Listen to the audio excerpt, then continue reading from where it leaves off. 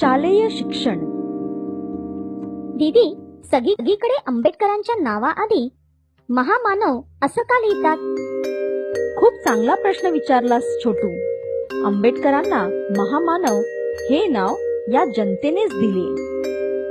तसेच त्यांना परमपूज्य, भारतरत्न असेही म्हणत. परंतु मुलांनो, लोकांनी बाबासाहेबांना या पदव्या का दिल्या? त्यांचा एवढा सन्मान का करतात? यालाही काही कारण आहे बरं का. एक काम करू आपण, त्यांच्या लहानपणापासून ते महामानव होईपर्यंतचा प्रवास आपण समजून घेऊ. ठीक आहे? हो दीदी. मुलांनो, तुम्ही सगळे शाळेत जाता, अभ्यास करता. तुमचे आई वडील तुम्हाला शाळेसाठी जे काही लागतं ते पुरवतात. परंतु जेव्हा बाबासाहेब होते ना, तेव्हाचे चित्र अगदी वेगळे होते बरं का. गरीब परिस्थितीत, गरिबांवरील अन्याय, अत्याचार यामुळे खूपच थोडे लोक शाळेत जात असत. बाबासाहेबांची परिस्थिती तशीच हलाखीची, त्यातून ते कमी जातीचे. त्यामुळे शाळेत जाऊन शिक्षण घेणे हे त्यांच्यासाठी खूप कठीण होते. परंतु बाबासाहेबांना शिक्षणाची खूप आवड होती. ते हुशारही होते. म्हणून कठीण परिस्थितीत असतानाही त्यांनी स्वतःचे शिक्षण पूर्ण केले. खरंच दीदी? बाबासाहेबांचे वडील सैन्यात सुभेदार म्हणून काम करत होते.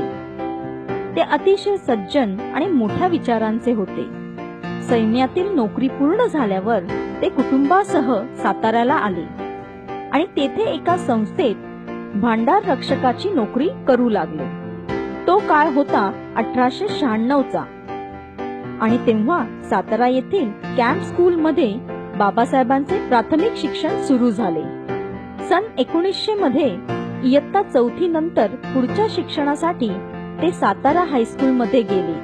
परंतु अस्पृश्य जातीचे असल्यामुळे त्यांना शाळेत अतिशय वाईट वागणूक मिळत असे. म्हणजे कशी ग दीदी? अरे मुलांनो, कमी जातीचे असल्यामुळे त्यांना वर्गामध्ये सगळ्या मुलांपासून बाजूला बसवत असत. पाणी पिण्यासाठी वेगळे भांडे देत.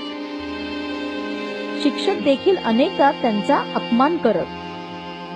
शाळेत त्यांना संस्कृत शिकवण्यास नकार दिला आणि अशातच 1896 साली त्यांच्या जन्मदात्या आईचे निधन झाले व त्यांच्या कुटुंबाने मुंबईला जायचे ठरवले.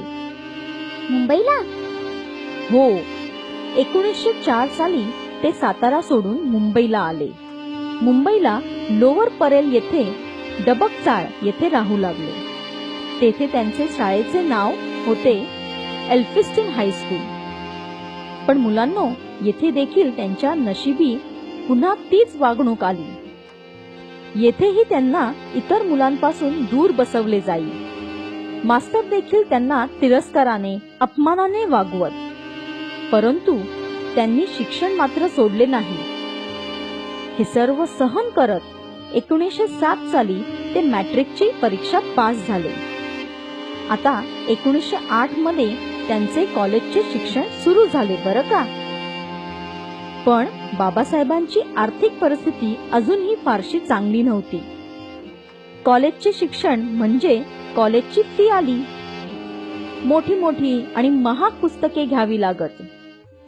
प्रवासाचा खर्च आणि बरंच काही.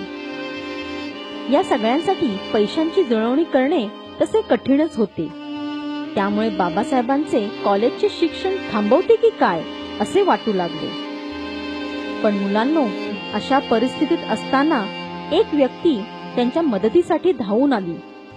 ती म्हणजे बडोद्याचे महाराज सयाजीराव गायकवाड. त्यांनी त्या काळी बाबासाहेबांना 25 रुपयाची शिष्यवृत्ती दिली. शिष्यवृत्ती म्हणजे शिक्षणासाठी पैशांची मदत.